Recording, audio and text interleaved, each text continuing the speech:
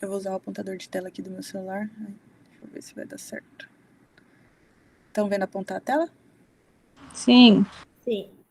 Então tá bom. Então, meu nome é Natália, eu sou nefrologista. Eu vou passar algumas vezes com vocês aí no decorrer da formação de vocês. Essa aula a gente faz aqui, vocês são da etapa 6, né? Uma introdução para nefrologia.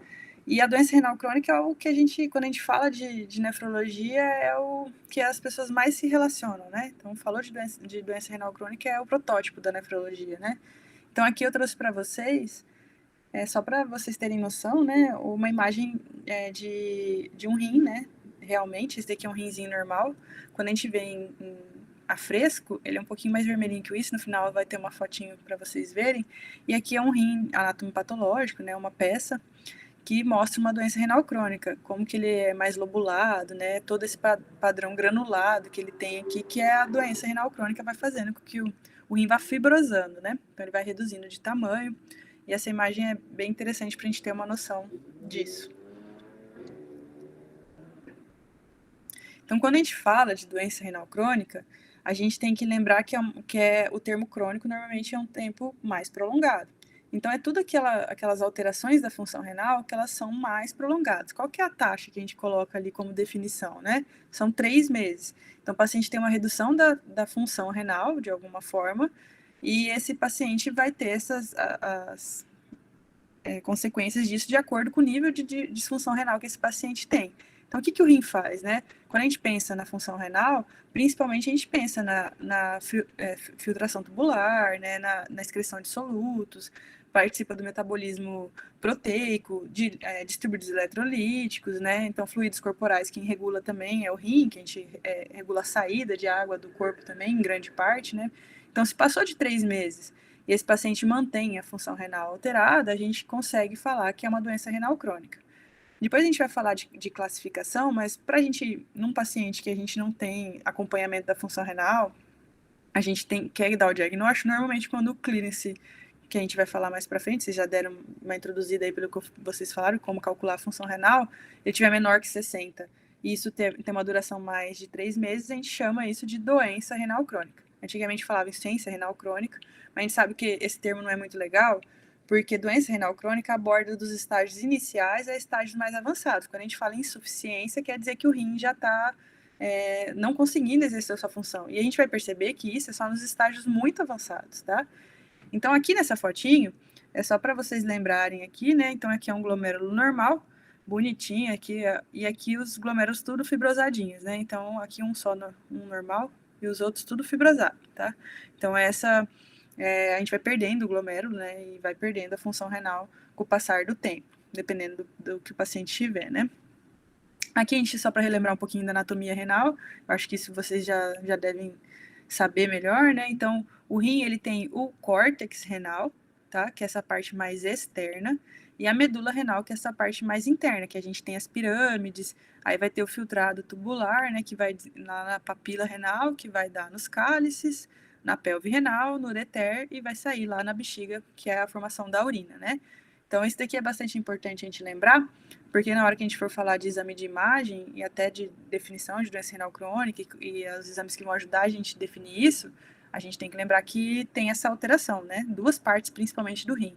A parte do córtex e a parte da medula renal, tá bom? Então, eu nem vou ficar falando muito aqui de anatomia específica, né? Mas é só para a gente relembrar. Então, o rim direito, o rim esquerdo, lembrar que as artérias renais, normalmente, elas são da aorta, né? A gente tem ramos diretos, né? E aqui a anatomia realmente da parte funcional do rim, que é o néfron, né? Então tem artéria aferente, artéria eferente, aí tem os túbulos renais, que é onde vai ter o filtrado tubular, né? Túbulo proximal, alça de Henle, túbulo distal e o ducto coletor, né? Então aqui é a unidade funcional, é onde realmente vai ter o filtrado tubular que vai dar a urina inicialmente, né? Quando a gente fala de doença renal crônica, eu vejo que as pessoas às vezes não têm nem tanta noção, mas é uma taxa muito grande de pacientes que a gente tem com doença renal crônica. A gente não sabe exatamente quanto que é, porque muitos desses pacientes, primeiro que não é obrigatório, né, notificação da doença renal crônica, a não ser que seja um paciente em diálise, então a gente notifica, mas é uma doença muito comum. Por quê? O que causa a doença renal crônica? Hipertensão e diabetes. E hipertensão e diabetes a gente tem aos montes, né? Então a gente vai ter uma grande incidência aí por ano desses pacientes, tá? Então aqui, ó, só para vocês terem noção, mais ou menos 665 pacientes por milhão em paciente em diálise, tá? E é uma média de aumento anual de 25, então vai acrescentando 25 a cada ano aqui, tá? As doenças de base, que nem eu falei para vocês, aqui é uma taxa brasileira, esse censo aqui de 2019, que é o mais recente oficialmente que a gente tem, então 34% hipertensão, 32% diabetes. Isso daqui é diferente no Brasil do resto do mundo, tá? Às vezes já vi cair em prova isso daqui. Porque no mundo todo, a principal causa de doença renal crônica que leva, né, a doença renal crônica é o diabetes. No Brasil, a hipertensão fica primeiro. Pouquinha diferença, mas tem diferença. Eu já vi cair isso daqui em prova, tá? Aqui, ó, só para vocês terem noção, a gente tem 140 mil pacientes em diálise, né? Diálise peritoneal ou hemodiálise aqui no ano de 2019. E tem crescido bastante isso. E a taxa de mortalidade desses pacientes, ela é alta, ó, 18% ao ano, né, desses pacientes que estão em diálise. Tem gente que acha que é mais, né? Acho que a visão que as pessoas têm que o paciente que entra em diálise já está em final de vida, e não é bem assim, tá, gente? Aqui só para reforçar esses gráficos, mostrando aqui como que tem crescido, né, esses pacientes em diálise no Brasil, né. Então, aqui o ano de 2001, né, 46 mil pacientes, olha aqui 2019, 140 mil pacientes em diálise. Então, aumentou bastante aqui o número de pacientes em terapia renal substitutiva, tá bom?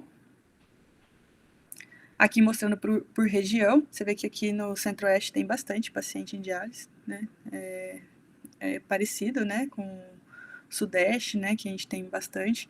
Nessas regiões de Nordeste e Norte, a gente tem um pouco de dificuldade, porque também não existem muitos centros de terapia renal substitutiva, então isso também pode ser uma falha aí quando a gente fala, às vezes o paciente tem que migrar, ou ir para um lugar mais próximo que tem, então tem todos esses vieses aí também. E aqui reforçando as causas de doença renal crônica, né, gente? Quando a gente tem um paciente que ele está perdendo a função renal, a gente vai lembrar principalmente de diabetes e hipertensão. Mas existem outras causas de doença renal crônica. Então, aqueles pacientes que vocês vão estudar glomerulopatia aí. O paciente tem uma glomerulopatia que não conseguiu controlar, perdeu a função renal, também é causa de disfunção renal crônica, tá? Paciente que tem infecções urinárias de repetição, pielonefrite, que faz lá um abscesso renal grande, pode ter perda de função renal. Outra coisa que é importante, que a gente vê bastante também, vocês vão ver na prática clínica de vocês, doenças autoimunes. Pacientes jovens perdem função renal por doença autoimune. Por exemplo, lúpus. Então, mulher jovem com disfunção renal, a gente glomerulopatia, vocês vão ouvir falar, tá? Vocês vão estudar nessa aula que vocês vão ter aí. Tem que lembrar dessas doenças autoimunes. Aí tem as doenças que são hereditárias e outras genéticas, né? Aqui as duas hereditárias que a gente tem que lembrar, a doença policística, que é a mais comum de todos, então o paciente vai ter múltiplos cistos renais, múltiplos cistos hepáticos, tá? Então, essa é a autossômica dominante. A gente, aqui no Mato Grosso, muita gente já ouviu falar dessa doença aqui, porque a primeira-dama do estado tem a doença renal policística, né? Ela transplantou um rim por causa dessa doença. E, então, às vezes eu vejo que a população conhece até um pouco mais, né? A doença de Alport, que é uma doença que o paciente vai ter perda de audição, alterações oculares, tá? E disfunção renal, uma alteração do colágeno, assim como a doença policística também é do colágeno, a gente vai ter perda de função renal com o progredir da idade. E aqui nessa doença de Alport, às vezes o paciente perde a função renal bem cedo. O paciente policístico isso varia bastante, normalmente é adulto, jovem, e aqui na doença de Alport, às vezes o paciente até no início da vida adulta, no final da adolescência, perde a função renal. Então, a gente tem malformações. A gente tem, às vezes, pacientes que nascido com um rim só, ou paciente que tem rim em ferradura, que é uma malformação que o rim fica fundido um ao outro, né? Normalmente na pelve. Aí tem o uso de nefrotóxicos, por exemplo, o mais comum da gente ver é anti-inflamatório. E pacientes que têm uma injúria renal aguda, que se perpetua, e o paciente vai perder a função renal por conta disso. Aqui, gente, é a parte mais importante da aula. Se vocês falaram que já tiveram aí, mas eu vou dar uma reforçada nisso, tá? Porque eu vejo que os alunos têm muita dificuldade em entender isso daqui, tá? Então, a creatinina, ela vem da onde? Do corpo. Vocês sabem?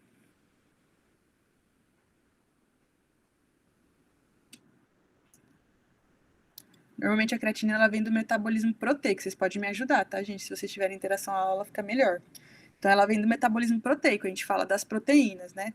Então, por que cargas d'água que a creatinina, que vem lá da proteína do músculo, tem a ver com a função renal? O que tem a ver? Por que ela é um bom marcador de função renal, tá?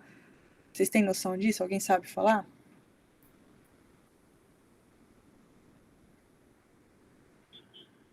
Ninguém está querendo me ajudar aí na aula. Bom, a creatinina ela é uma substância que, quando ela é produzida, ela é pouco reabsorvida lá para o sangue. Então, tudo que passa pelo rim, ele vai secretar na urina, quase tudo, e então vai ser um bom marcador de função renal. O paciente vai ter tudo que eu produzo vai ser eliminado. Então vai ser uma substância que vai ser legal. Se começa a acumular no sangue, quer dizer o quê? Que meu rim não está funcionando legal, que eu não estou conseguindo excretar essa creatinina de maneira adequada, tá? Então, por isso que ela é um bom marcador. Mas ela não é 100% fidedigna. Por quê? Porque a gente vê que tem valor de positivo de creatina. Se fosse tudo que eu produzisse ou eliminasse, ia ser zero no sangue, né? E aí vai variar. Como ela é feita do metabolismo proteico, vai variar. O paciente tem muita massa muscular, a creatinina vai ser maior? Não necessariamente esse paciente tem uma disfunção renal com uma creatinina maior. Ou aquele paciente que tem pouquinha massa muscular, não necessariamente ele não tem uma doença renal, mas ele tem uma creatinina baixa, tá? Então isso tem que tomar um pouco de cuidado. E aí, quando a gente vai falar de função renal, a gente sabe que cada paciente vai ter um tanto de massa muscular no corpo. Então, a creatina ela vai ser variável de paciente para paciente. Vai ter aquele valor de referência lá, que normalmente vocês vão ver os exames, até 1,5 de creatinina. Isso não é certo. Então, eu vejo muitos alunos chegam lá no internato para mim, eu falei, quanto tá a creatina? Tá normal. Não sei se está normal. O valor de referência não demonstra que está normal, tá bom? Então, para falar isso, a gente teria que ver no sangue desse paciente a creatinina, ou a gente vê em 24 horas na urina, quanto que eu estou excretando. Quando a gente fala de clearance, é aquilo que eu estou produzindo e aquilo que eu estou eliminando. Então, a gente consegue ver isso na urina de 24 horas, por exemplo. A gente calcularia tanto que eu eliminei de creatinina, o meu peso é tal, eu sou mulher, produzo aí de 15 a 20 gramas de creatinina por quilo, então eu consigo calcular quanto que eu produzi, quanto que eu eliminei, mais ou menos quanto que meu rim está filtrando disso, então, e dou a função renal, tá? Então, por isso que ele é um bom marcador. Só que você imagina se toda vez que a gente tivesse que ver a função renal do paciente, a gente tivesse que pedir uma urina de 24 horas, não ia dar certo, né? Então, eles criaram essas fórmulas para mais ou menos estimar quanto de função renal que a gente tem, de acordo com a creatinina no sangue, a creatinina sérica, tá? Então, a primeira forma que foi feita, gente, foi essa aqui de Crocroft-Gault, tá? Essa fórmula vocês têm que decorar, tá? O resto da vida de vocês, provavelmente vocês vão usar isso daqui. Vai cair na vida acadêmica de vocês, depois espero que a gente pare de utilizá-la. Ela é uma forma antiga, aqui, ela é de 1973, então faz muitos anos que ela foi feita, tá? Que essa fórmula é aquela tradicional, vocês já devem ter ouvido falar dela, 140 menos a idade, vezes o peso dividido pela creatina plasmática, vezes 72, tá? Para mulheres, a gente pega o resultado final e multiplica por 0,85. Por que esse 0,85? Por mulher tem, teoricamente, 15% menos de massa muscular comparado a um paciente do sexo masculino com a mesma faixa etária, tá bom?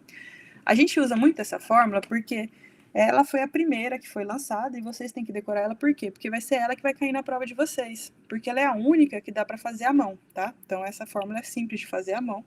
Então, o pessoal costuma perguntar ela, porque as outras equações que a gente vai falar, elas usam logaritmos e afins e não tem como vocês calcularem. Então, nas provas de residência é essa que cai, e nas provas de vocês também, tá bom? E depois foram feitos outros estudos tentando fazer fórmulas, e a mais recomendada que a gente tem hoje em dia é o CKD-EPI, que ela é de 2021.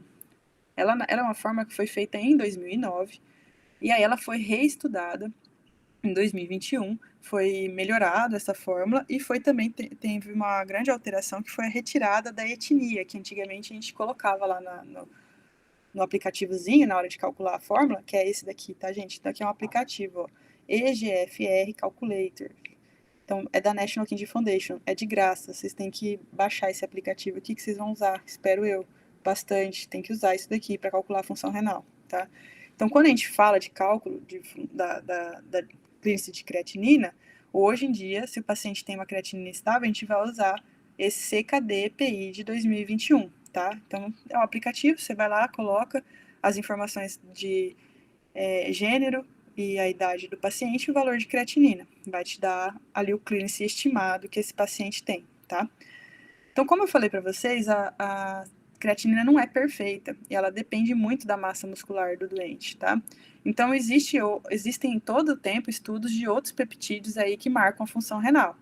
Entre eles, o que tem mais sido utilizado na prática clínica, e mesmo assim vocês vão ver muito pouco ainda, a cistatina C.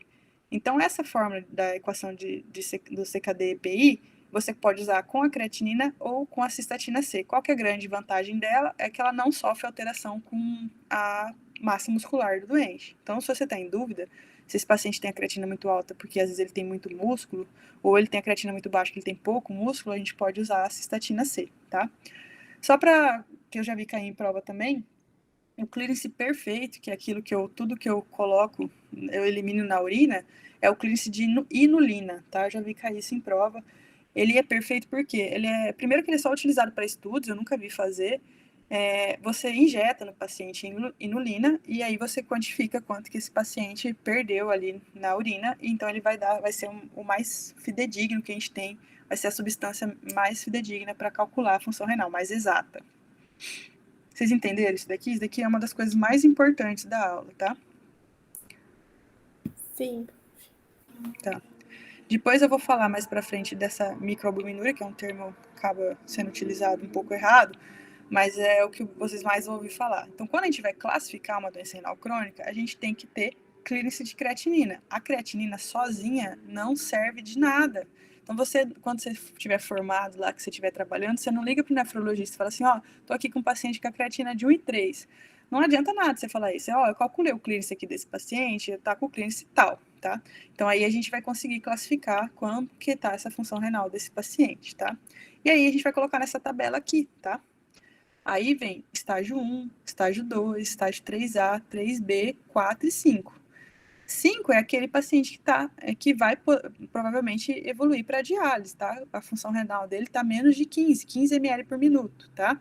Então é uma disfunção renal importante. Quando a gente fala de doença renal crônica, eu falei para vocês que é normalmente mais que 3 meses, menor que 60, né, de clearance. Então, tem estágio a partir do estágio 3, que a gente coloca ali como um paciente que vai ter realmente uma alteração fisiológica ali por conta da disfunção renal. Mas então, por que eu classifico pacientes com maior que 90 como doença renal crônica e aqui de 60 a 89 também como doença renal crônica, tá? Então, pode existir esse tipo de pacientes, tá? Então, que nem eu falei para vocês, a gente vai calcular estimando o clínice e a gente também tem que ver uma grande coisa que vocês vão ouvir falar bastante lá nas glomerulopatias, que é a perda de proteína urinária. O rim não foi feito para perder proteína, tá? Dessas proteínas, a que a gente perde na urina que foi mais estudada é a albumina. Ela mostrou que pequenas perdas dessa albumina na urina, elas já significam um sofrimento endotelial, tá? Um sofrimento desse meu rim. Ou, de uma maneira geral, por exemplo, paciente com insuficiência cardíaca, ou alguma outra alteração inflamatória aí, que o paciente pode ter essa permeabilidade para albumina. Então, valores de albumina na urina tem que ser menor que 30, é o normal, menor que 30 miligramas de albumina numa urina de 24 horas, tá? E aí a gente vai ver que se esse paciente às vezes tem um clearance de creatinina bom, então fiz lá aquele cálculo, coloquei na fórmula, tá normal, mas esse paciente tem uma perda de albumina na urina, é o paciente que também tem doença renal crônica, tá? Então o paciente tem lá um clearance de maior que 90, mas tem uma perda de proteína na urina de 40, então é uma doença renal crônica, a gente também classifica como doença renal crônica, tá? Por isso que tem essas duas iniciais aqui, tá? E tem como o paciente ter albumina normal e função renal normal e ter doença renal crônica? Tem, porque senão estaria aqui na tabela, né? E quem são esses pacientes que têm função renal? Aqueles pacientes que têm má formação do rim. Por exemplo, o paciente que nem eu falei para vocês, que tem rim único. A gente considera doença renal crônica. Por quê? Porque tem perda de massa renal. Esse paciente tem uma função renal boa, não tem proteína na urina, mas ele tem metade da do rim, só da função renal dele, né? Então, ele perdeu grande massa renal, ou nasceu sem, né? Então, é um paciente que também vai estar aqui classificado como doença renal crônica, tá? Então, a gente tem que lembrar que Professora, esses pacientes... Oi? só uma pergunta, em pacientes transplantados que doaram, por exemplo, o rim para uma pessoa, também considero? Isso, esse paciente é um renal crônico, tá? Ah, Então, o tá. paciente que doou o rim, tá de boa lá, com a função renal dele maior que 90, sem albumina, ele é renal crônico. Por quê? Porque ele perdeu massa renal, tá? Ele doou metade da função, digamos assim, renal dele. O rim, a gente consegue sobreviver com um rim só. Mas por que a gente coloca aqui? Porque esse paciente teve uma redução grande da massa renal dele. É um paciente que a gente vai ter que acompanhar mais de perto, porque a chance dele progredir para uma doença renal é maior do que um paciente que tem os dois rins, tá bom? Então é isso que fica, mas também a gente considera doença renal crônica. E outra coisa do transplantado Professora, renal, sim, não, e quem nasceu só com rim também é considerado, né? também. Tanto Uhum, quem então é doa quanto considerado. quem só nasce com um. Ah, tá. Eu não entendi, desculpa, o final. Então, quem nasce com um rim e quem doa um rim é considerado doença renal crônica. Isso, também, tá?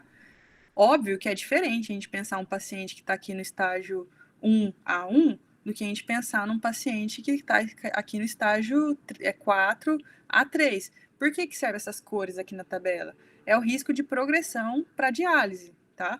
Então, paciente com baixo risco, paciente com moderado risco, alto risco e muito alto risco. Então, vocês vão vendo que conforme vai piorando a função renal e vai aumentando a perda de proteína na urina, maior a chance desse paciente evoluir para estágio final de doença renal crônica e precisar de hemodiálise, por exemplo, tá? Então, para isso que serve. E aí, de acordo com essas classificações aqui, a gente tem que prestar atenção em realmente tratar aquele paciente para que isso não aconteça, tá? Por isso que serve essa tabela. Então, quando a gente vai classificar uma doença renal, a gente tem que ter clearance e tem que ter albumina na urina, tá? Essa albumina na urina, gente, ela pode ser feita de duas formas. Ela pode ser quantificando na urina de 24 horas, a albuminúria, tá? Ou a gente viu nas urinas, que a gente coleta de manhã, por exemplo, que é a primeira urina da manhã, que ela é muito fidedigna. A gente não perde creatinina na urina, eu falei para vocês, então viram que a taxa de excreção de albumina, ela é condizente com a taxa de excreção de creatinina. Então, a gente faz uma relação das duas na urina. Então, a razão, tá, que é albumina, creatinina urinária, tá? Numa amostra isolada de urina, num frasquinho ali que você coletou, aquele que vocês já devem ter coletado na vida de vocês. Aí o laboratório vai dosar a albumina naquela urina e vai fazer a relação com a creatinina. Esse valor é muito parecido com o valor de 24 horas, tanto que o valor de referência é o mesmo, tá? Então, menor que 30 é normal. Você vê que aqui ele coloca miligramas por grama. Esse daqui é a relação albumina-creatinina urinária. Por quê? Miligramas de albumina por gramas de creatinina. Albumina a gente não tem que perder pouco na urina, porque o rim não é para perder albumina. E creatinina a gente perde bastante, então é em gramas. Então, miligramas de albumina para gramas de creatinina. Não quer dizer que isso possa não perder gramas de albumina? Pode. Mas aqui, normalmente, é esse valor de referência que a gente tem que ter. Miligramas por gramas, tá? Então, pode ser feito das duas formas. Por que o pessoal chama de microalbuminúria? Porque essa perda de albumina ela é pequenininha, 30 miligramas de albumina na urina. Aí o pessoal chama isso de microalbuminúria, porque de 30 a 300 é uma perda que a gente nem vai ter muito visualizar isso, por exemplo, no exame de urina 1, que vem aquelas cruzes de proteína, né? Quando está acima de 300, obrigatoriamente vai ter que ter cruzes de proteína na urina, tá? Então, se você pediu e não veio nada de cruz de proteína, provavelmente esse laboratório não está muito legal aí. Então, é por isso que eles chamam de microalbuminúria, mas é um termo ruim, porque parece que a albumina é macro, é grande, e quando ela é micro, ela é pequenininha. A albumina é sempre a mesma albumina, tá? Então, quando a gente vai falar desse exame, a gente fala de albuminúria, de 24 horas, ou relação albumina-creatinina urinária, é RAC, tá? Que a gente tem que utilizar todo dia. Mas os laboratórios insistem em dar o laudo como microalbuminúria, tá? Porque ficou muito presente isso daí. Então, as pessoas acabam confundindo isso, tá? Mas a gente considera proteinúria, macroalbuminúria, né, que o pessoal fala, quando é maior que 300, mas é um termo errado, tá? Então, tem que acostumar com o termo mais novo aí, certo? Vocês entenderam isso? É importante. Sim, prof. Então tá bom. Pode falar.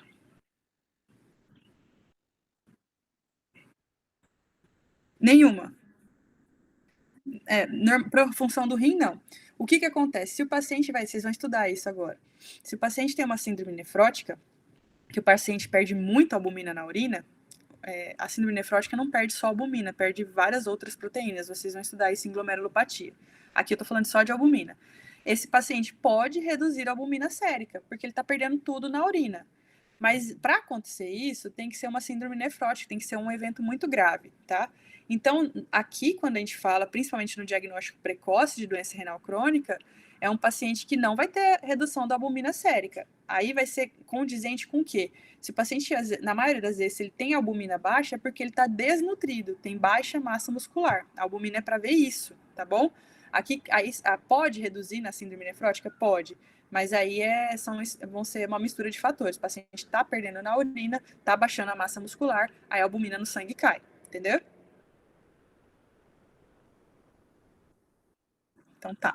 Aí assim, a gente costuma pedir albumina no sangue? Costuma. Pra gente, às vezes, aquele paciente chega para nós com 3 gramas de proteína, 3,5 gramas, que é o diagnóstico de síndrome nefrótica, que vocês vão ver. Então, eu peço no sangue para ver se esse paciente realmente está condizendo aquilo. Se o paciente está perdendo há muito tempo, provavelmente a albumina do sangue dele vai estar baixa também, tá? Outra curiosidade já que eu vou falar para vocês é que quando a gente fala de disfunção renal, de paciente que a gente está pesquisando doença renal crônica, a gente vai falar dessa albumina na urina. Quando vocês forem falar lá de glomerulopatia, a gente vai falar de proteinúria, porque não é a albumina que está só perdendo na urina, vai estar perdendo muitas outras coisas, vai estar perdendo proteínas da coagulação, vai estar perdendo proteínas imunológicas, o paciente vai perder tudo isso. Ou, por exemplo, paciente com mieloma múltiplo, que é o paciente está perdendo essa proteína que está sendo produzida errado no sangue, ele vai ter outro tipo de perda de proteína. Então, a albuminúria para esse paciente, às vezes, ela não é tão ruim, tão alterada, porque não é só a albumina que o paciente está perdendo. Quando a gente fala de glomerulopatia, a gente fala de proteinúria de 24 horas. A albumina é uma das proteínas que tem na urina. Para acompanhamento de paciente com diabetes e hipertensão, vai ser ela que nós vamos solicitar. Quando a gente falando de glomerulopatia, que é aquela doença que atinge diretamente o glomérulo, ou pode ser primária ou secundária, vocês vão estudar isso, a gente fala de proteinúria, tá? Aí o termo que a gente fala é a proteinúria de 24 horas, que vai medir todas as proteínas na urina de 24 horas, ou existe também a relação proteína urinária com a creatinina urinária, que é mais ou menos essa que eu falei para vocês, mas vai dosar todas as proteínas que está perdendo ali na urina, tá? Isso é importante. Ela não é tão validada quanto a albuminúria, tá? Para diagnóstico tão fidedigna, tá? Mas quando a gente está falando de um paciente com glomerulopatia, a gente está falando de perda de todas as proteínas, proteinúria, tá bom? É diferente daí quando a gente está investigando um paciente com lesão endotelial, estágios iniciais de doença renal crônica, que é o que a gente está falando aqui, tá?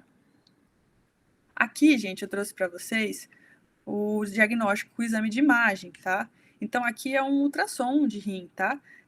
Para vocês lembrarem lá no início da aula que eu falei que tinha o córtex, né? Lembra? O córtex externo e a medula renal, tá? Então, quando a gente fala de doença renal crônica, vocês talvez já tenham ouvido falar que tem redução na relação córtico-medular. Isso é no ultrassom, tá? Então, o córtex, ele é sempre bem pretinho, tá? Olha que diferença que tem. O córtex eu consigo ver bem, e a medula, ela é bem branca, tá? Então, você vê que tem uma grande diferença do córtex para a medula, tá? Conforme vai passando o tempo, que é aqui que fica basicamente os néfrons, esses néfrons eles vão ficando fibrosados e eles vão ficando brancos ao ultrassom, tá? Então, vai ter uma perda da diferenciação córtico-medular. Vai ficar tudo meio parecido. Então, é o que a gente vê aqui embaixo, ó. Você tá vendo que aqui tá bem pretão e aqui já vai começando a ficar mais branco? É o rim que tem uma perda da diferenciação do córtex para a medula. Então, isso chama perda de diferenciação córtico-medular.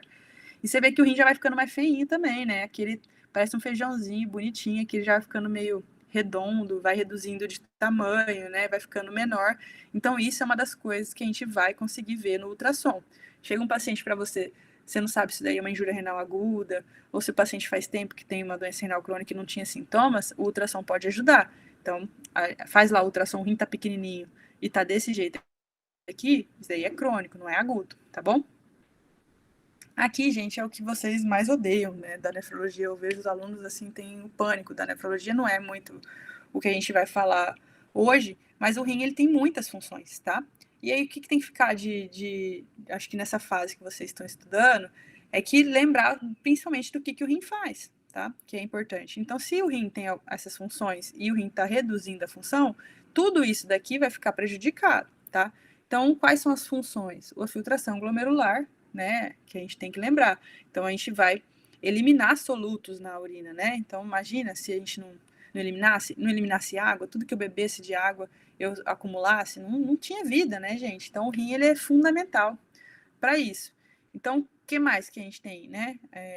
Quando a gente pensa de função renal? Produção hormonal. Então, a gente produz eritropoetina no rim, que é o hormônio que vai lá na medula óssea e vai sinalizar para produzir hemácia, tá? Então, esse daqui é importante na avaliação do paciente com doença renal. Se o paciente tem um rim que está funcionando menos e não tem eritropoetina, o que vai acontecer? Anemia, tá? Então, vai acontecer isso. Então, o que mais que o rim faz? Ele produz renina no aparelho justaglomerular lá, vocês devem lembrar disso, né? Então, sistema renina, angiotensina, aldosterona.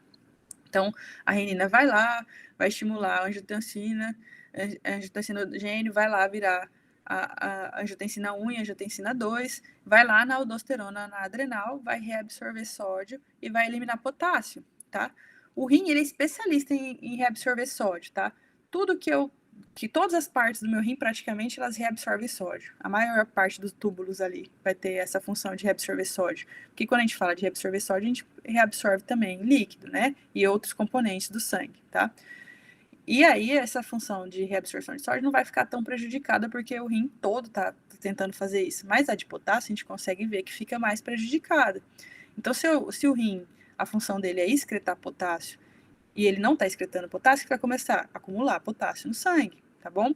Outras coisas que o rim faz que às vezes vocês nem são tão ligados nisso. Ajuda essa vitamina D, que é a forma ativa da vitamina D, ele que produz o hormônio para fazer a forma ativa de vitamina D, que é o calcitriol, é 1,25-OH colecalciferol, tá? O que ele faz? Ele vai lá no intestino e faz a absorção de cálcio, tá? Então, se eu absorvo o cálcio, esse paciente faz esses ossos ficarem fortes, né? A gente tem o metabolismo, o cálcio e o fósforo ali estão ligados, a gente elimina esse excesso de fósforo no sangue, né? Que também é o rim que faz isso. Quem regula junto com a vitamina D, esse cálcio no intestino, também é o PTH, que é lá da paratireoide, tá? Então, se eu tenho uma regulação do cálcio sérico com o PTH e eu tenho uma doença renal crônica, então eu não vou absorver cálcio no intestino. Se eu estou não absorvendo, o meu intestino vai ficar absorvendo menos, esse PTH vai sinalizar que está faltando cálcio e vai estimular o osso a liberar cálcio no sangue. Então, esse PTH ele vai ficar hiperativado, tá? Então, para vocês terem uma noção, se eu não estou absorvendo cálcio no meu intestino, eu vou sinalizar que eu tenho que tirar do osso e vai ficar funcionando mais essas paratireoides, que é a função principal dela. Com o decorrer do tempo da doença renal, esse paciente vai absorvendo menos cálcio, vai estimulando mais a retirada de osso, vai fazendo alteração óssea. Esse cálcio vai sair do osso, vai dar osteoporose, vai dar outras doenças ósseas, distrofia renal, que vai dar essas malformações ósseas aí, e até o hiperparatireoidismo secundário. Eu estimulei tanto essa paratireoide, porque meu cálcio está baixo, que ela vai começar a funcionar sozinha aí, mesmo que isso não esteja sendo mais privado, o cálcio pode repor cálcio, que isso daqui vai continuar funcionando sozinho. Então, isso é uma das coisas que a gente tem que lembrar, tá? E aí, a gente tem a perda de líquido, né, gente? Se eu tenho perda de líquido, se o meu rim elimina a urina e a gente tem um paciente que tá com uma disfunção renal, ele vai começar a urinar menos, vai acontecer o quê? Edema, tá? Então, é uma das coisas que podem acontecer aí com o paciente tem doença renal crônica. Tudo isso daqui, gente, vocês já estudaram na fisiologia, mas às vezes a gente tem que dar uma relembrada aí de tantas coisas que o rim faz aí de importante. Outra coisa que o rim faz, a gente faz eliminação de ácido na urina, né?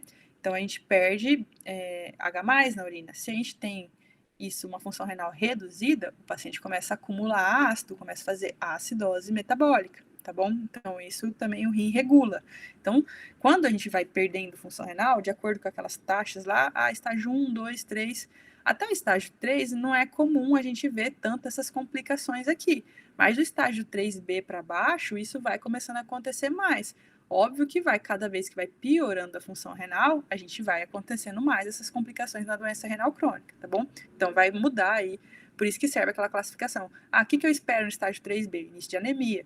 O hiperparatiroidismo secundário, 3B para 4, tá? Então, já vai aparecendo. A gente tem que lembrar de pesquisar isso nesses pacientes, tá bom? Ficou com alguma dúvida aqui? É uma parte mais complexa. Eu nem vou entrar em tantos detalhes aqui, mas são coisas que vocês têm que lembrar que o rim faz aqui. Sintoma, quase não vai dar. Tá. Então, assim, sintoma quase não vai dar, tá, gente? Só vai dar sintoma de doença renal crônica quando o paciente praticamente vai estar sem função renal, tá? E isso que é perigoso, por isso que é tão ruim, tá? Então, aqueles pacientes que têm risco para ter doença renal crônica, a gente tem que pesquisar ativamente, tá?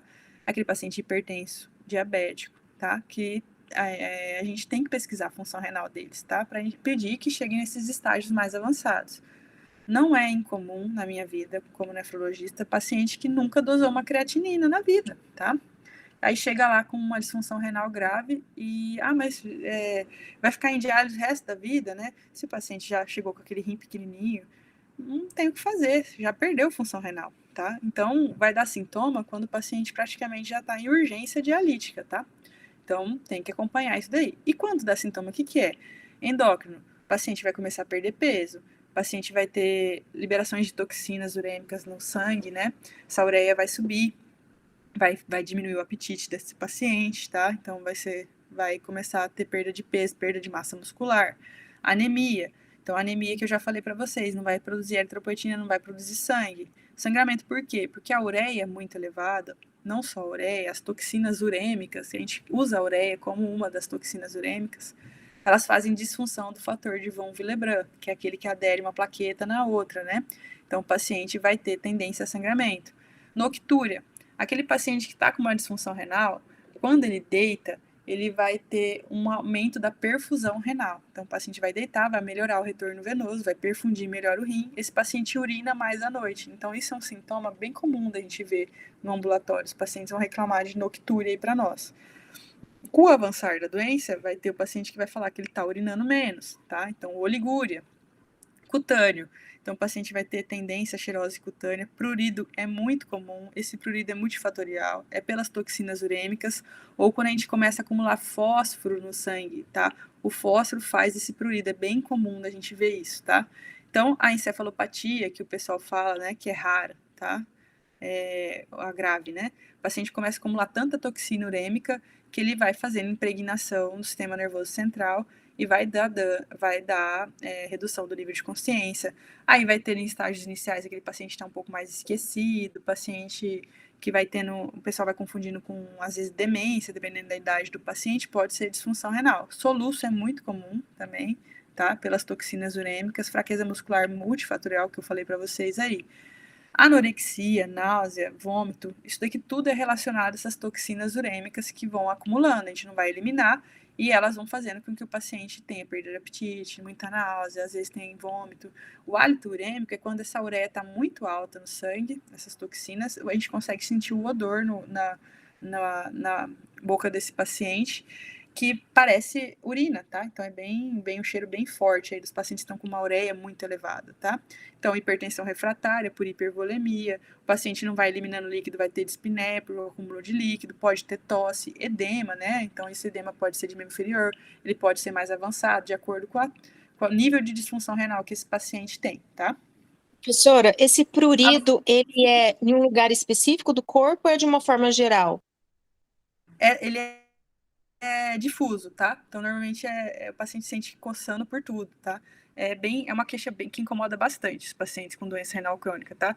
A principal causa é essa xerose cutânea. O paciente vai perdendo aí essa proteção cutânea e a hiperfosfatemia. Mas a gente sabe hoje em dia que tem essas toxinas urêmicas e o paciente sente coçar mesmo. E é difícil de controlar, gente. Tem paciente que é difícil a gente conseguir manejar esse prurido aqui.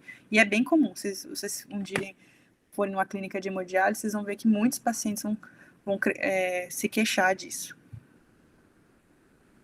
Coça a pele toda. Aqui a avaliação inicial. Hemograma. Por que hemograma é importante? Não dá anemia? Então chega aquele paciente com com diabetes, fala que tem diabetes há 15 anos. Aí você pede lá uma creatinina, tá 2 a creatinina, né? Paciente idoso. Aí vai lá dar um clearance de 30. Aí o paciente tem anemia, a gente tem que lembrar que isso pode ser decorrente da doença renal crônica. Só que, se eu falei que o paciente não está comendo, não está se alimentando, tem náusea, tem vômito, esse paciente pode estar com ferro baixo no sangue também. Então, às vezes, se o paciente tem anemia, mesmo que a gente ache que seja da deficiência de eritropoetina, primeiro a gente tem que excluir se não é perda de ferro, tá? Ureia e creatinina. Creatinina já expliquei para vocês aqui, tá? A ureia, gente, é um pouco mais complicado. As pessoas têm tendência a achar que a ureia é tóxica, tá? Então, a ureia é um dos primeiros marcadores e é o mais conhecido aí, né?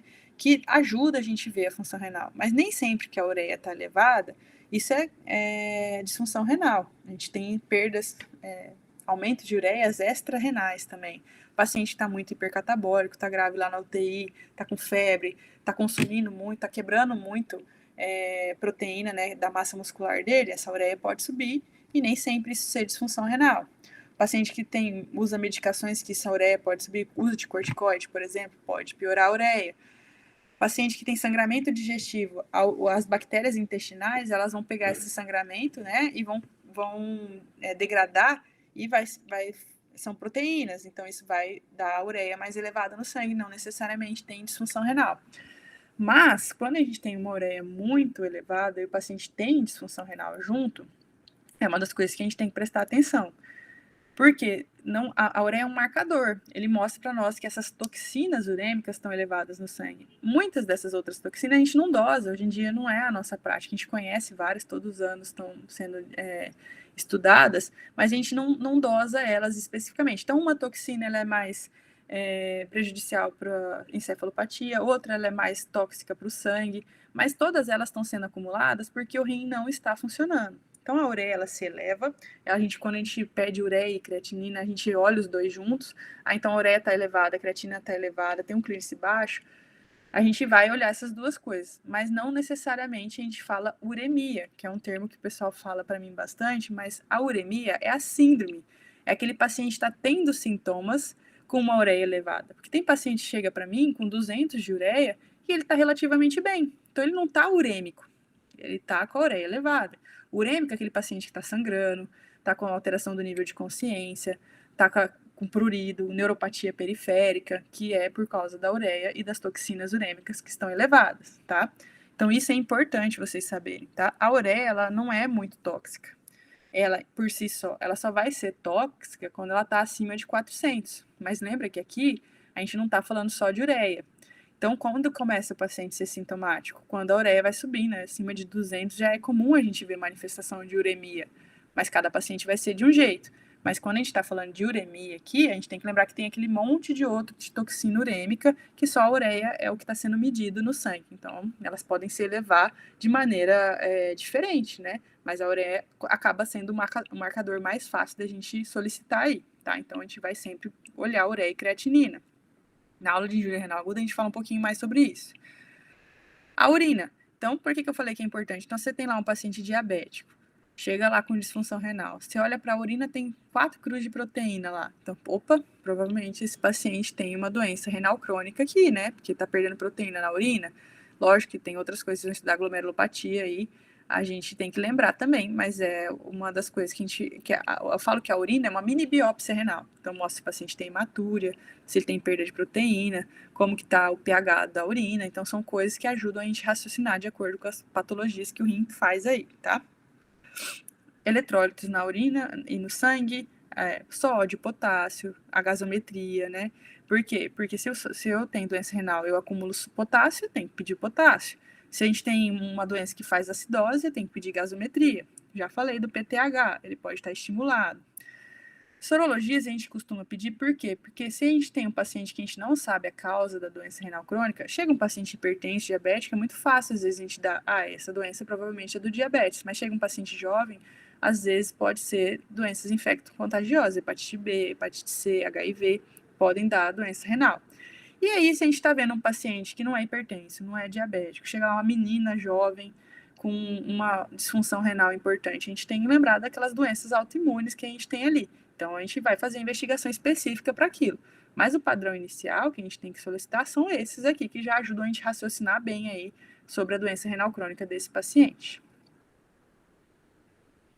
E aí, como é que a gente trata? Não existe como a gente voltar atrás com a função renal do paciente. Aquilo que o paciente perdeu de função renal, que pegou o glomérulo e esclerosou ele, fez fibrose, a gente não volta atrás. Existe injúria renal aguda, que é quando o paciente, por algum motivo, faz uma disfunção ali e o paciente vai ter recuperação dessa função renal. Mas lembra que isso dura até 3 meses, normalmente a gente coloca como classificação. O paciente internou na UTI e usou uma medicação que é tóxica para o rim, isso pode voltar a funcionar o rim. Mas depois que eu fiz fibrose, que eu perdi, ficou mais que 3 meses ali de disfunção renal, provavelmente esse paciente não vai recuperar, tá? Ele já perdeu, já fibrosou aquele glomérulo, não tem o que fazer. Então, o que a gente faz? A gente tenta evitar que esse paciente progrida com a disfunção renal. Então, chega para você um paciente hipertenso, diabético, a gente tem que tratar a doença que está levando a doença renal crônica, né? É o diabetes, a hipertensão, tem que tratar bem, tá? E o estilo de vida saudável, né? Então, a gente tem que lembrar, a obesidade por si só é causa de doença renal crônica, a gente faz com que o rim entre em sobrecarga, e eles pode fazer até doenças glomerulares só pela obesidade, mesmo que o paciente não tenha diabetes, hipertensão, a obesidade por si só é causa de doença renal crônica. O tabagismo, tudo que fator de risco para tudo, né, gente? Se você tiver um dia fazer uma prova lá, fator de risco, coloca tabagismo, você vai acertar, né? Então, também aqui a gente vai orientar a cessar o tabagismo. A gente vai tratar a anemia desse paciente. Tá baixando o ferro? Vamos repor ferro. O paciente realmente está com ferro normal e está com anemia e tem disfunção renal. Vamos repor a eritropoetina, tá? O paciente está com dislipidemia. Dislipidemia aumenta o risco cardiovascular desse paciente que já tem. Por que é ruim ter doença renal crônica nos estágios iniciais? Porque o paciente com doença renal crônica tem um risco cardiovascular muito maior do que um paciente que não tem perda da função renal, por todo esse mecanismo inflamatório de produção de toxinas que o rim não está eliminando, tá? Então, isso acontece. Então, manter o peso adequado, né? Aqui na doença renal crônica estágio final, tem uma pequena melhora nos pacientes que têm um leve sobrepeso, aí, que não pode falar que eles ficar mais desnutrido é pior. Evitar medicações que são ruins para o rim, por exemplo, anti-inflamatório, contraste. Então, se eu já tenho uma disfunção renal, para que eu vou dar uma medicação que pode piorar mais ainda a minha função renal? Então, a gente tem que controlar isso. E aqui, gente, é um pouco de Professora, mas pode falar. Uma dúvida que eu tenho. Litíase renal é fator de risco? Porque, assim, pessoas que têm litíase recorrente... Mas assim, para ter doença renal crônica, perda de função renal, tem que ser uma litíase muito importante. Uma pedrinha ocasional ou outra, não, tá? Agora, tem pacientes que têm cálculo de Struvita, que é aquele cálculo que acomete toda a medula renal. São cálculos enormes, assim. Esse paciente tem mais risco de perder função renal, porque aquilo ali é mais obstrutivo, uma nefropatia obstrutiva. O paciente tem maior chance. Mas aquela litíase ocasional não é um risco muito grande de perder função renal por conta disso, não. Tá? Mas aqueles pacientes que têm muita repetição, têm várias pedras ou têm um cálculo muito grande, isso pode fazer com que a longo prazo o paciente perca a função renal também. Beleza, obrigada, prof. Nada. E litíase, gente, é a única coisa que tem indicação de beber muita água, tá? Não previne doença renal crônica o paciente beber mais água, tá? Isso é um mito, tá? O paciente vai sentir sede normalmente. Então, se ele for idoso, que aí ele não sente sede, tem que orientar o paciente a beber mais água. Mas beber água não faz o rim funcionar melhor, tá? Agora, se o paciente tem litíase, aí a gente tem que fazer com que esses cristais que estão formando a pedra, isso é variável, cada paciente tem um jeito, mas como é cristais de cálcio, a gente lava a urina bebendo mais água. Então, para esse paciente, é a única orientação que a gente tem de fazer o paciente beber bastante água. Mas eu bebo porque eu quero ser saudável. Ok, você pode beber, mas aí vai ser bom para o seu intestino, para sua pele, mas para o rim funcionar melhor, não tem estudo que comprove isso não, tá? Só curiosidade, aí os alunos ficam mandando, bebe mais água no meu ambulatório, eu fico dando risada, né? Não que você não vá falar para um paciente que já bebe ali 3, 4 litros de água, não bebe não, mas não vai ajudar nada o rim dele, tá? Aí aqui, no caso, gente, quando a gente fala... essa questão de beber água, no caso, tem alguns pacientes que seria o contrário, né? Que independendo Isso, exatamente. da gravidade, porque eu conheci uma pessoa que tinha um estágio bem avançado e o médico falava assim, olha, quando você estiver sentindo muita sede, você chupa gelo. Chupa gelo, isso mesmo. Você vai ter ali um pouquinho, né, de água, mas é bem mais reduzido, né, o volume, né, de água. Então por quê? Porque se o paciente está em diálise, a tendência é que ele pare de urinar. Olha que problemão, né? Se eu não urino, eu vou perder perder líquido pelas fezes e pelo suor. Isso é muito pouco do que a gente acumula de líquido. Quem mais perde água é o rim. Então, se eu não tenho um rim funcionando e não urino, você tem que orientar aquele paciente a fazer restrição hídrica. Porque senão tudo que ele bebe, ele vai acumular e aí vai dar edema de membro inferior, vai dar água no pulmão dele, né? Então, é um paciente que tem que beber quase nada de água. A gente faz essa orientação mesmo para os pacientes. E isso vai variar a ingesta hídrica de acordo com o tanto que o paciente urina. O paciente urina nada, a restrição hídrica dele tem que ser bem importante. O paciente urina 1 litro por dia. Aí a gente orienta uma restrição hídrica mais o litro de água que ele perde na urina, tá? Mas é bem isso. Com os estágios mais avançados da doença renal crônica, a gente manda os pacientes não beberem água. Aí que eles querem beber água. É engraçado. E não vai melhorar, pelo contrário, vai ser pior para eles. É bem isso, tá? Aqui, gente, as maneiras iniciais de você tratar. Então, se eu tenho um paciente que a principal causa no Brasil é a hipertensão, eu tenho que controlar a pressão, tá? Então, tem que manter uma pressão normal. Naqueles pacientes que já têm diagnóstico de doença renal crônica, que é aqueles com crise menor que 60, ou que já tem perda de proteína maior que 30, a gente orienta que essa pressão seja mais baixa, então menor que 120, você vê, ó, lá do KDIGO, tá? O KDIGO é nosso manual lá, tipo uma diretriz da nefrologia, tá? Então, a gente tem que manter pressão arterial bem baixinha. Isso comprovou que o paciente que tem a pressão menor tem menor risco cardiovascular, morre menos, e tem menor perda de função renal com o passar do tempo, tá? Outra curiosidade, gente, a maioria dos pacientes com doença renal crônica não vai evoluir para diálise. Por quê? Porque eles vão morrer antes de doença cardiovascular. Então, o paciente vai infartar, vai ter um AVC, tá? É muito mais comum o paciente ter, pelo aumento exacerbado do risco cardiovascular dele, ele tem uma complicação cardiovascular do que ele entrar em diálise, tá? Então, o paciente que entra em diálise é aquele paciente que até conseguiu controlar esse risco cardiovascular dele, tá? Então, a gente perde muito paciente antes de entrar em diálise, porque tem outras complicações aí antes. A gente tem 2 drogas que são os IECAS e os BRAS, talvez vocês já conheçam, já tenham ouvido falar, né? Captopril, enalapril, losartana, valsartana. Essas medicações, elas são antiproteinúricas, elas protegem muito o rim, tá? Então, elas vão fazer, quando a gente tem uma hipertensão, chega aquela cabeça de pressão enorme lá no glomérulo e ele vai estar funcionando sob pressão, tá? Então, lá na arteríola eferente do glomérulo, ela vasodilata. Então, faz com que aquele sangue circule melhor e não fique aprisionado ali no glomérulo, aumentando a pressão glomerular, que isso a longo prazo faz com que ele fibrose. Então, o IEC e o BRA ajuda muito e eles vão reduzir também a proteína na urina desses pacientes. Isso a gente consegue voltar atrás, tá? Perder menos proteína com o IEC que BRA, tá? Então, é medicação de escolha. O paciente tem doença renal crônica e tem principalmente perda de proteína na urina, a gente vai usar IEC e BRA para tratar a hipertensão. Paciente diabético e hipertenso, não tem nem dúvida que eu vou iniciar um IEC e um BRA, tá? Então, esse é o tratamento padrão. É o que faz a gente evitar do paciente entrar em diálise, ele morrer menos, tá? Também é o uso de IEC e BRA. Qual que é o problema? Todas essas medicações, elas atuam no sistema renina-angiotensina-aldosterona.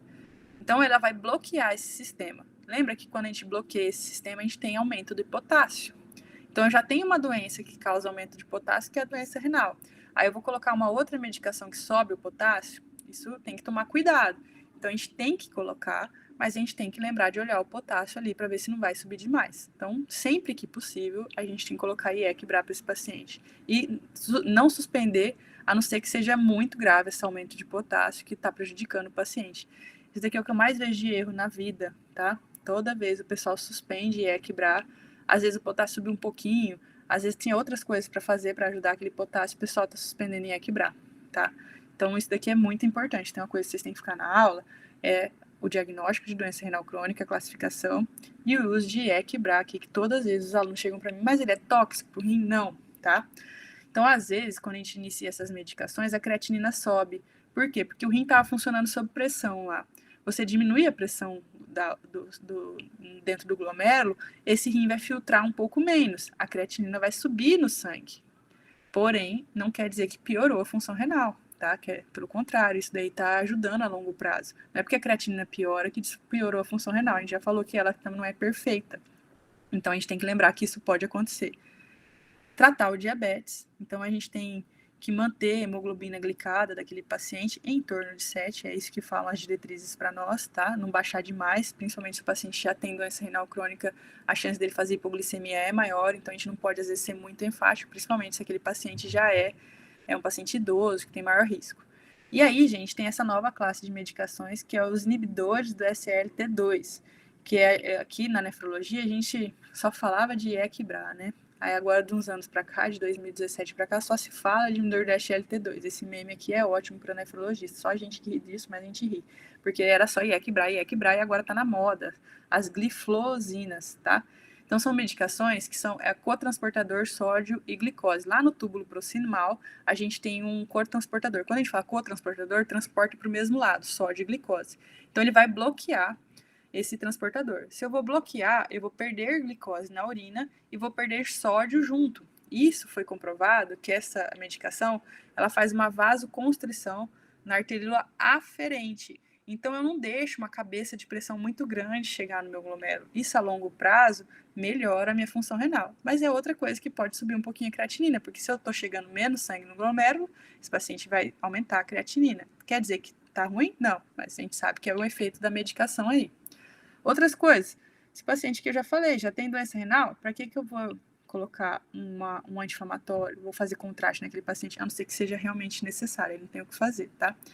E aqui é outra medicação que está na moda agora, a gente falar, mas aqui no Brasil ainda não tem, é o finerenone. Ele é da classe parecida com a espironolactona, que é um antagonista mineralocorticoide.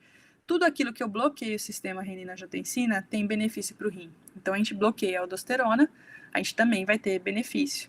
Qualquer questão, também o negócio do potássio, tá, gente? Então, a gente primeiro coloca Equibra, esse paciente persiste com proteína elevada, a gente pode colocar o finerenone.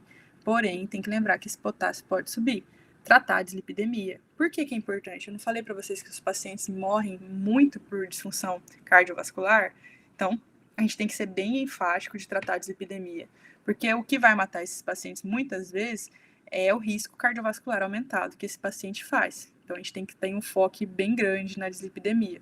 Outra curiosidade aqui é que o paciente que já perdeu o rim, já está lá em diálise, nunca usou estatina, aí já foi tarde, tá? Então, o benefício de colocar estatina, às vezes ele perdeu o tempo, tá? Então, uma das coisas que a gente tem que focar antes, prevenir que aquele paciente piore a função renal, tá? Como é que a gente vai tratar a anemia? Pode repor eritropoetina, aí a gente vai ter que fazer o perfil de ferro, que nem eu falei para vocês, a gente costuma repor endovenoso, que esses pacientes têm melhor resultado, então isso pode ser feito. Repõe ferro primeiro, depois... se estiver baixo, faz a eritropoetina, tá? A eritropoetina recombinante que a gente faz, o paciente pode fazer, é uma medicação de alto custo. Acidose metabólica. Se o bicarbonato está baixo no sangue, e a gente tem que o rim não está conseguindo produzir bicarbonato, tá perdendo muito, não está perdendo ácido, a gente repõe bicarbonato, tá? Para esse paciente. Repõe como? Via oral, aquele bicarbonato de fazer bolo, tá? É assim que a gente repõe para doença renal crônica. Quando? Quando o bicarbonato está baixo, a gente repõe. Na doença renal crônica faz sentido isso. Isso em consultório, tá? Não é igual na UTI, tá, gente? E aqui, complicações. Hipervolemia, vai dar diurético, então dá uma furosemida. Reduz ingesta hídrica, que é o que a gente já falou. Hipercalemia, aí a gente pode também dar diuréticos, de alça, que perde potássio, dá outros tipos de diurético que perde potássio.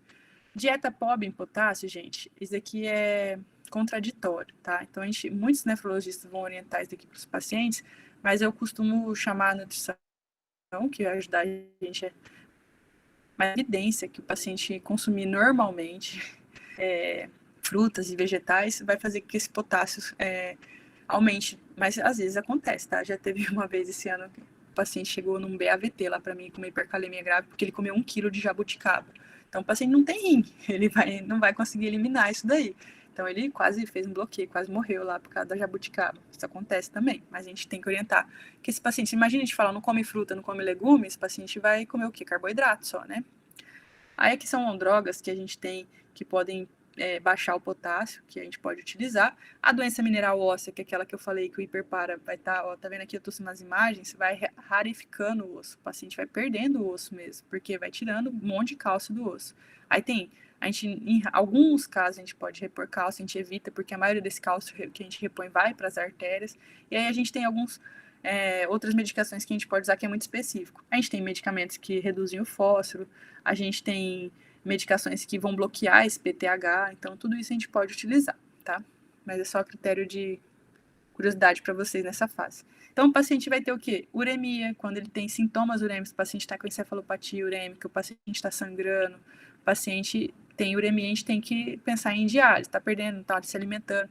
Aqui é neve urêmica, tá? Eu vi poucas vezes na minha vida esse branquinho aqui, é quando o paciente está com uma ureia muito elevada, começa a precipitar na pele. Vi poucas vezes na minha vida. Isso daqui tem que estar uma ureia bem alta, 400. A ureia mais alta que eu já vi na minha vida, às vezes o pessoal pergunta isso, foi ano passado. Um paciente estava com 650 de ureia. Talvez vocês não tenham muita noção disso, mas é muito, muito alto. A ureia normal é 40. Paciente com hipervolemia, paciente não está conseguindo urinar direito, você deu um monte de diurético. Não tem o que fazer, vai ter que partir para hemodiálise. Hipercalemia, já tirei IECA, já tirei BRA, já tirei esfinerinone, espironolactona, já dei diurético, o paciente continua hipercalêmico, tem que dialisar. Acidose metabólica, estou repondo bicarbonato, o paciente continua com acidose, diálise, tá? Então, paciente com clínice de creatinina, normalmente isso acontece quando está menor que 10. Nem todo paciente que estágio 5, ele é diálise, mas é um paciente com muita chance de entrar em diálise, tá? Mas nem todo paciente que está em estágio 5, ele é dialítico. Só que isso é uma dúvida que eu vejo que o pessoal tem aí. A chance dele evoluir para diálise é enorme, mas nem todos estão, tá? Aqui é só a manifestação do eletro de potássio, então o T vai apiculando de acordo com o nível de potássio, tá? E aí, o que a gente tem para fazer de terapia renal substitutiva? Hemodiálise, que é uma máquina que vai limpar o sangue, né? E é um filtro que se coloca, a máquina é uma bomba. Aqui é um exemplo de fístula, a gente faz uma ligação de uma veia com a artéria, esse paciente fica com essa veia dilatada para poder funcionar. 2 agulhas, uma para entrada, para sair o sangue e outra para voltar o sangue no mesmo minuto. No mesmo minuto está saindo o sangue e vai voltar. Então vai passar nesse filtro aqui, vai tirar o excesso de líquido e vai limpar as toxinas que a gente tem. É perfeito? Não é. Mas é o que a gente tem para fazer hoje em dia aí. E na hemodiálise a gente tem diversas coisas aí que entram, mas eu acho que também não é o foco. A gente tem a diálise peritoneal, que a gente usa o peritônio como uma membrana de troca. Então vai infundir um líquido lá, esse líquido vai ficar um tempinho dentro da barriga e vai tirar esse líquido e o peritônio vai fazer essa troca. Vai também perder líquido e vai fazer essa limpeza. Então tem a peritoneal que é feita com a troca da bolsa e tem essa daqui que o paciente dorme à noite. Essa máquina vai fazer todo o serviço. O paciente vai dormir, vai se ligar, é um catéter que vai ficar dentro da barriga do paciente, aí vai se ligar lá na maquinazinha. E o que mais que tem? O transplante renal, tá? Então, só uma curiosidade para vocês também, quando a gente vai transplantar um rim, o paciente não tira os rins que ele já tem, vai só ser implantado um novo rim na fossa ilíaca daquele paciente, tá? Então, fica o terceiro rinzinho ali funcionando, liga nas vasos ilíacos daquele paciente. Lembra que eu falei que ia mostrar uma imagem no final? Esse é um rinzinho lá na cirurgia de transplante, olha que lindo, tá? E olha que legal, esse daqui é um transplante provavelmente de doador vivo, tá? Que o doador vivo, quando tá um do lado do outro lá, né? A gente tem um transplante que fica pouco tempo com isquemia e o rim, né? Quando é doador falecido, às vezes vem de outra cidade. Olha aqui, ó, na hora de transplantar, esse daqui é o ureter. Já tá fazendo urina. Então, o rim, antes de ligar o ureter, ele já tá fazendo xixi. Então, isso aqui é lindo, né? Então, é um paciente que vai lá transplantar. Tem todas as questões também, mas eu acho que é só para vocês entenderem que isso é possível, tá bom? Certo, gente? Certo, prof. Tem dúvidas? Oi?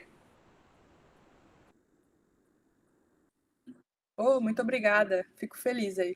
Eu sei que quase... Eu fico Professora, triste, gente, porque ninguém... Oi. quando a pessoa Pode- começa assim, a ter uma perda da função renal, essa evolução é assim, de um mês para o outro, é uma coisa assim muito rápida, Não, ou não. não? A gente tem doença renal crônica, anos de evolução, tá? Então, se esse paciente está perdendo a função muito rápida, a gente chama de injúria renal aguda. Nada impede que um paciente que tem uma perda, por exemplo, o paciente já tem lá uma doença renal crônica, estágio mais inicial, ele pode evoluir com uma disfunção renal aguda, né, uma injúria renal aguda, isso pode acontecer, mas quando perde rápido, isso é injúria renal aguda, não é crônico. Obrigada. Ficou claro? Então tá. Sim. Tem alguma dúvida, gente, mais?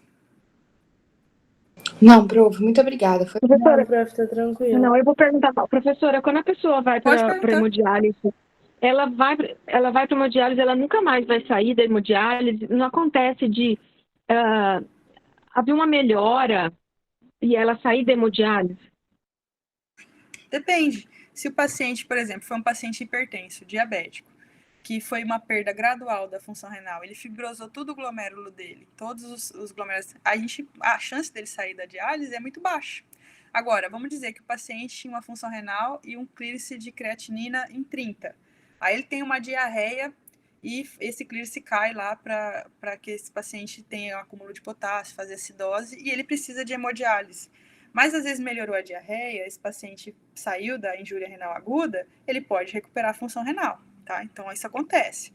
Mas, normalmente, o paciente que recupera é aquele que faz injúria renal aguda. Tá? Se o paciente é crônico, já chegou em estágio final, chegou com o rim pequenininho, chegou já com uma doença avançada, e a gente sabe que aquilo lá não foi uma coisa aguda, aí a chance dele sair em diálise é muito pequena.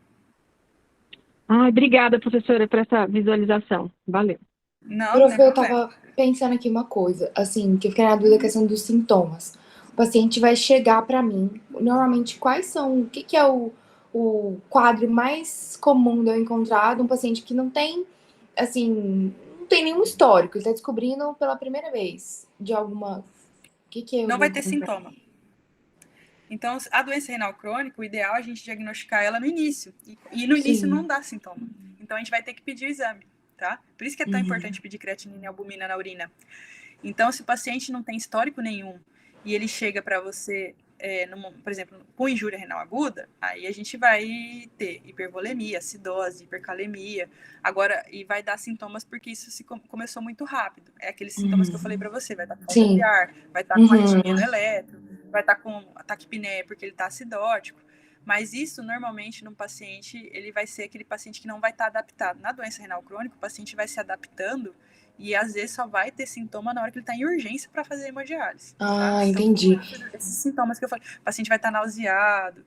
Agora, aquele renal crônico, ele vai urinando menos, vai inchando devagarzinho, vai ficando mais fraco, com uma capacidade cognitiva um pouco menor, mas ele vai se adaptando e às vezes a família nem percebe, porque foi acontecendo a tão longo prazo que isso não dá muita sintomatologia, tá? Então, é por isso que é tão problemático. Tem que solicitar a creatinina do paciente mesmo, porque senão a gente não vai ter diagnóstico. Entendi. Eu fiquei pensando, assim, em alguns pacientes que eu vi na BS, eu falei assim, gente, assim, só pensando em como que talvez eu iria descobrir, né, assim, não descobrir, mas assim, pelo menos tentar começar a ter um raciocínio que pode ser isso, né? Então pede creatinina e pede albuminúria. Você não vai se arrepender, porque é um exame muito barato. Tá? Paciente hipertenso, diabético, paciente tem uma idade ideal, pede creatinina e albuminúria. Então você vai ter uma noção melhor se esse paciente vai ter. Eu pedi daqui 6 meses eu repetir esse exame, esse paciente está piorando, poxa, tem que prestar atenção nesse paciente aqui, tá? Então é isso que tem que lembrar, ficar na cabeça de vocês, porque sintoma não vai dar no início. Entendi. Obrigada, prof. Tá bom? Nada. A professora tem residência de nefro em Cuiabá? Não, senhora.